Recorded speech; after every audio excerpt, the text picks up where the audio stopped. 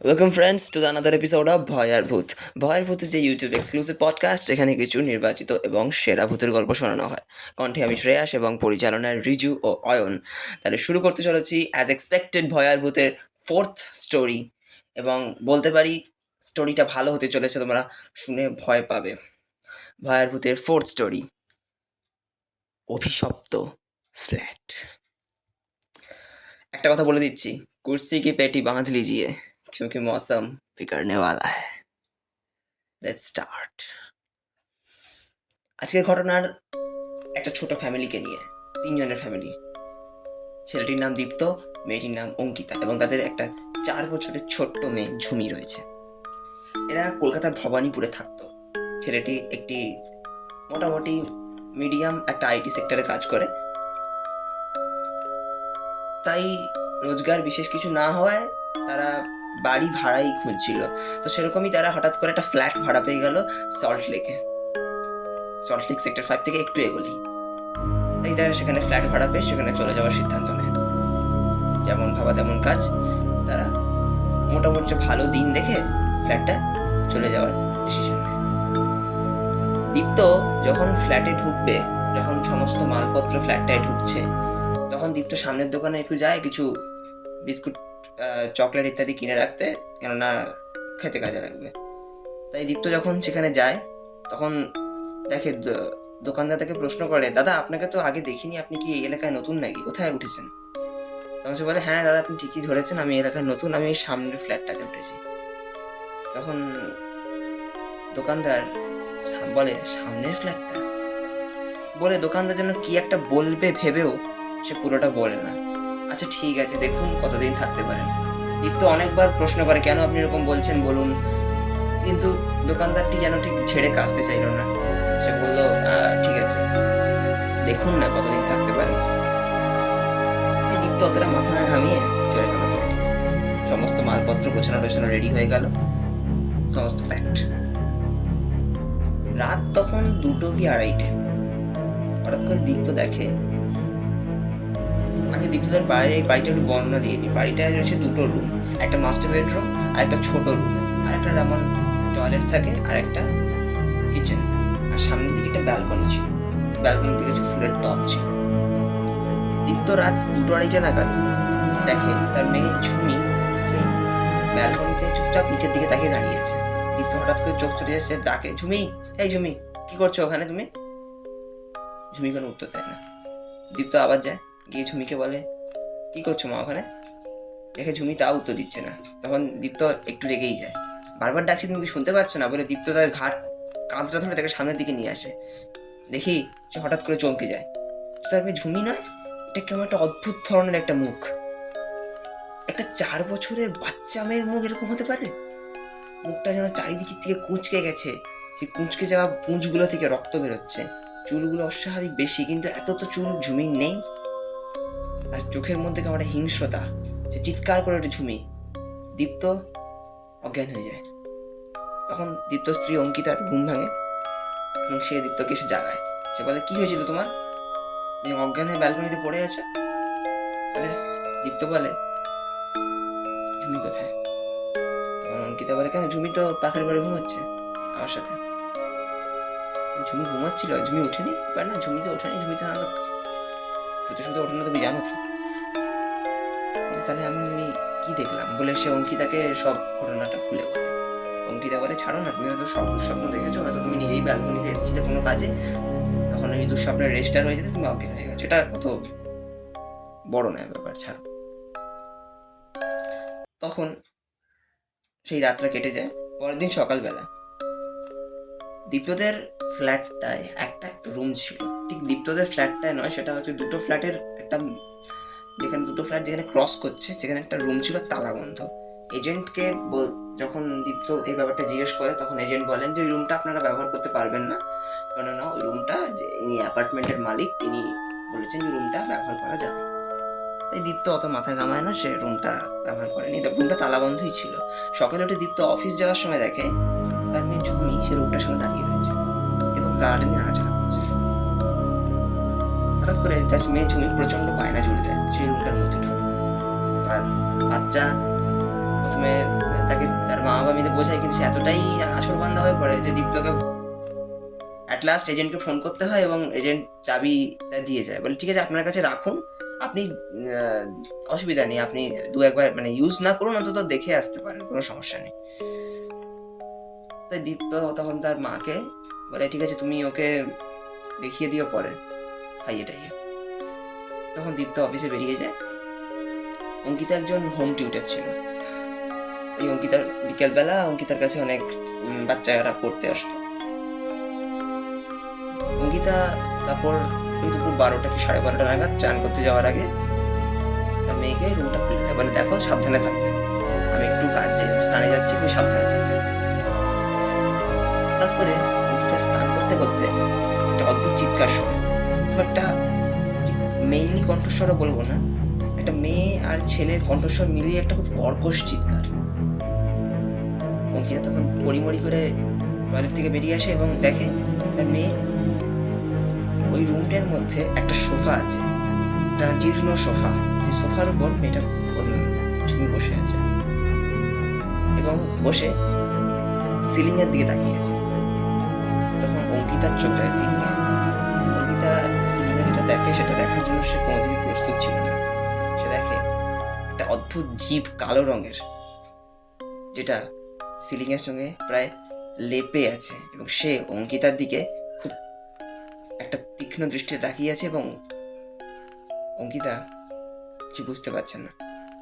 সে একবার জীবটা একবার অঙ্কিতার দিকে, একবার ঝুমির দিকে, দুজনের দিকে একবার একবার করে তাকাচ্ছে। তারপর হঠাৎ এক শব্দ এবং অঙ্কিতা লক্ষ্য করে আর কিছু নেই। তাও ঠিক আছে, অঙ্কিতা হবে চোখের ভুল, আসলে মানে মাথা চাইছে মেনে নিতে, কিন্তু কোথাও একটা মনের কোনায় গিয়ে তারও খচখচ করছে, যেটা আমি কি দেখলাম, এটাই কিছু স্বাভাবিক। তাই সে তখন সঙ্গে সঙ্গে দীপ্তকে ফোন করে, কিন্তু দীপ্ত তখন মিটিংয়ে ব্যস্ত ছিল বলে ফোনটা তুলতে পারে না। তখন আবার অঙ্কিতা কাজকর্ম করতে থাকে। সে রান্নাঘরে কিছু কাজ করছিল এবং ডাইনিংয়ে ঝুমিকে খাবার দিয়ে এসেছিল। সে যখন কাজ করছিল হঠাৎ করে দেখে ঝুমি রান্নাঘরের দরজার কাছে দাঁড়িয়ে। সে বলে কি হলো মা, তুমি খেতে খেতে উঠে এসছো, খেতে পারছো না, আমি যাবো খাইয়ে দেবো? ঝুমি কোনো উত্তর করে না, ভাবে মেয়েটা হয়তো এমনি এসছে। তারপর পিছন ঘুরে দেখে মেয়েটা নেই। কি হলো, কই গেল, এত আধি হয়ে চলে যেতে পারে, এই তো আমার, আর ওকে তো রুমে রেখে তো আমার সামনে দিয়ে যেতে হবে। তখন অঙ্কিতার আরও একটা ব্যাপার মাথায় আসে যে ও যখন এলো তখনও আমি দেখতে পেলাম না, আর ও যখন গেল আমি তখনও দেখতে পেলাম না, এটা কীভাবে সম্ভব? এতটা তো চোখের ভুল হওয়া পসিবল নয়। তখন অঙ্কিতা হঠাৎ করে চোখ যায় গ্যাসের দিকে। সে দেখে গ্যাসের জ্বলন্ত উনুনের উপরে তার মেয়ে বসে আছে আর পুড়ছে। অঙ্কিতা ভীষণভাবে চিৎকার করে ওঠে। চিৎকার শুনে পাশের ফ্ল্যাট থেকেও লোকেরা ছুটে আসে, এসে দেখে না ঝুমি তো ডাইনিং বসে খাচ্ছে। তাহলে ওই অঙ্কিতা কি দেখলো, ওটা গ্যাসের উপর তার মেয়ে জ্বলছে, এটা কিভাবে সম্ভব? দীপ্তকে বাড়ি এলে সব জানানো হয়, কিন্তু তখন বলে ঠিক আছে দাঁড়াও, আমিও বুঝতে পারছি কেন কিছু অস্বাভাবিক ঘটনা ঘটছে, আমি এজেন্টকে ফোন করবো। সে এজেন্টকে ফোন লাগায়। এবার এজেন্টের ঘটনায় আসি। এজেন্ট এই বাড়িটার ব্যাপারে জানতো, কিন্তু সে বেশি কমিশন পাওয়ার লোভে এই বাড়িটা ওদেরকে দিয়ে দিয়েছিল। ভাবলো বেশি কমিশন পেয়ে যাবো, অনেকদিন কেউ ব্যবহার করে না, এই বাড়িটা অ্যাকচুয়ালি হন্টেড, এটা আশেপাশে সব লোকই জানতো। এজেন্ট কিন্তু শুধু বেশি কমিশন পাওয়ার লোভে এই কাজটা করে। এবার এজেন্ট হঠাৎ করে একটু মানবিকতার উদয় হয় এবং সে যায় তাদের এই দীপ্তদের এই ব্যাপারটা বলতে, যে তারা এই ফ্ল্যাটটা ছেড়ে দিক। সে যখন যাচ্ছে তখন হাই রোডে হঠাৎ করে দুটো ট্রাক, কোথা থেকে এলো কেউ জানে না, হঠাৎ করে দুটো ট্রাক এসে দুপাশ থেকে এসে এজেন্টটিকে একেবারে চিপে মেরে ফেলে। পুলিশ এই ঘটনা তদন্ত করে তারা দেখতে পায় রাস্তাতে সিসিটিভি ফুটেজ, সেখানে কোনো ট্রাক নেই। সেখানে দেখা যাচ্ছে একটা মানুষ এলো, রাস্তার মাঝখানে এলো, নিজেই দুমড়ে মুচড়ে গেল। দুটো ট্রাকের কোনো কিচ্ছু নেই। ট্রাকটাই কারা ছিল? এই ঘটনাটা দীপ্ত যখন পুলিশের কাছে শুনলো, সে ভাবলো তাহলে একটা কোনো সত্যি কোনো খারাপ কোনো শক্তি তাদের পেছনে কাজ করছে। তারপর সেই রাতে চরম ঘটনাটা কোথায় ঘটেই গেল, ট্র্যাজেডি।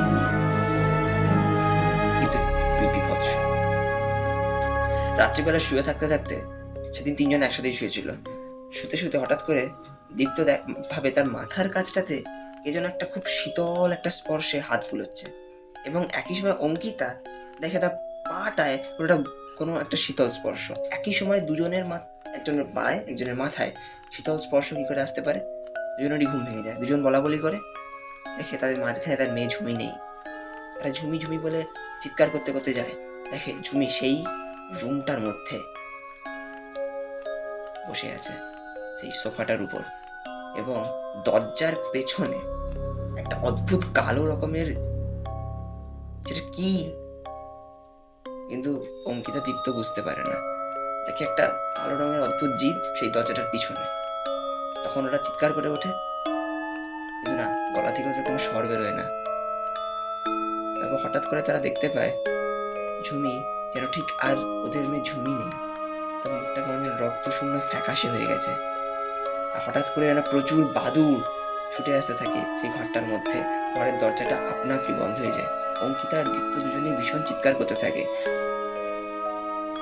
তারপর এক সাদা রঙের অশরীরী একটা অদ্ভুত দেখতে মহিলা ঘরের মধ্যে আসে, এসে যেন দীপ্ত আর অঙ্কিতার উপর প্রভাব বিস্তার করানোর কোনোভাবে চেষ্টা করে, এবং তাদের মেয়ে ঝুমিকে নিয়ে চলে যায়। তাদের মেয়ে ঝুমিকে নিয়ে তারা চলে যায়। অঙ্কিতা আর দীপ্ত এটা চোখের সামনে লক্ষ্য করে।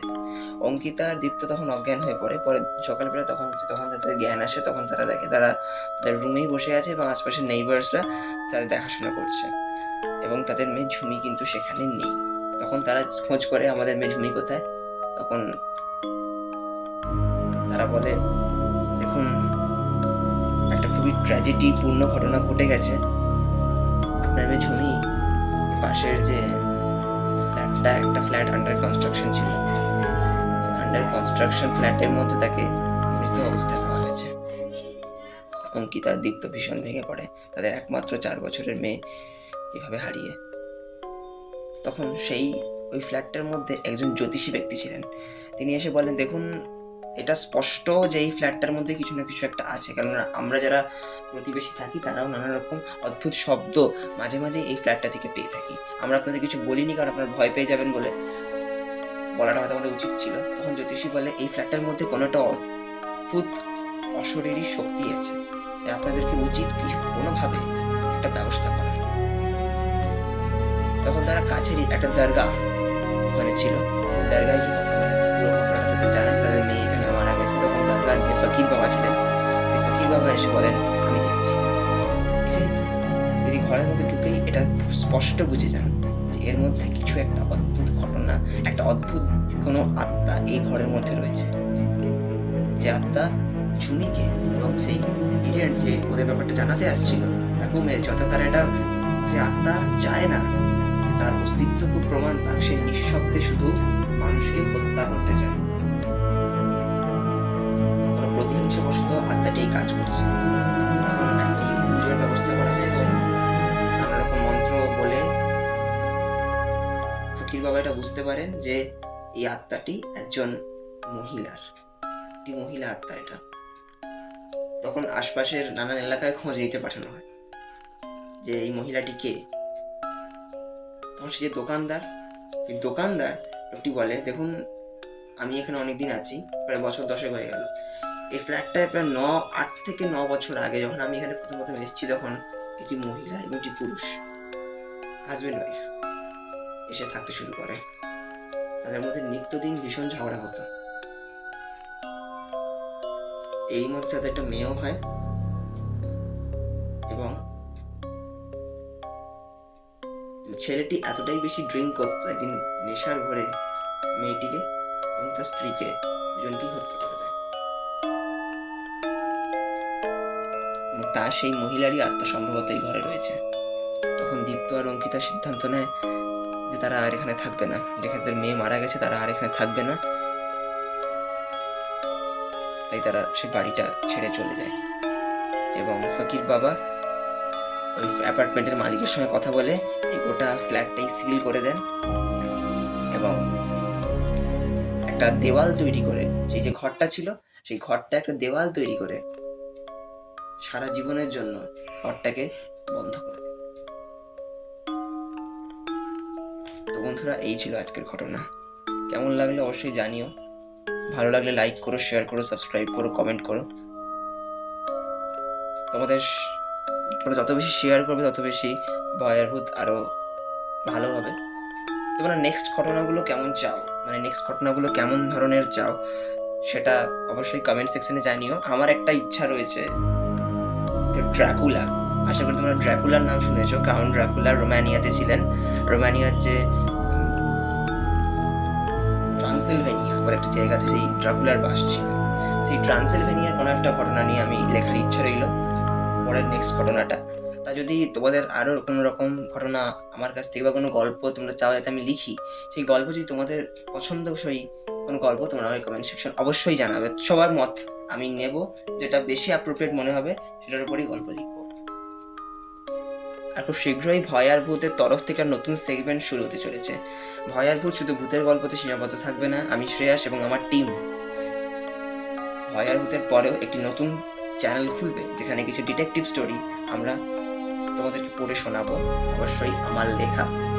আর কিছু ভালো ভালো ভূতের গল্প, আমার লেখা নয়, ভালো ভালো বিখ্যাত বিখ্যাত লেখকদের কিছু লেখা ভূতের গল্প ধীরে ধীরে ভয় আর ভূতে আমি পড়ে শোনাবো। তোমাদের ভালো লাগবে।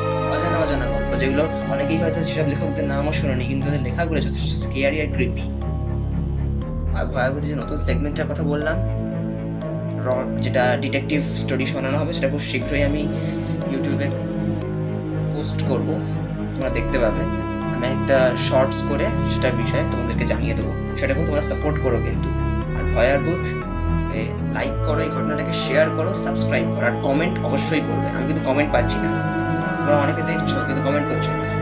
খারাপ হলে খারাপ কমেন্ট করো, কোনো অসুবিধা নেই। বলো যে এটা একদম বাজে হয়েছে, এটা এইখানে শুধরানোর দরকার, তাহলেই তো আমি পরের গল্পগুলো আরো ভালো করে লিখতে পারবো। যাই হোক, সবাই ভালো থাকবে। আজকের মতো এতটাই। Good bye friends.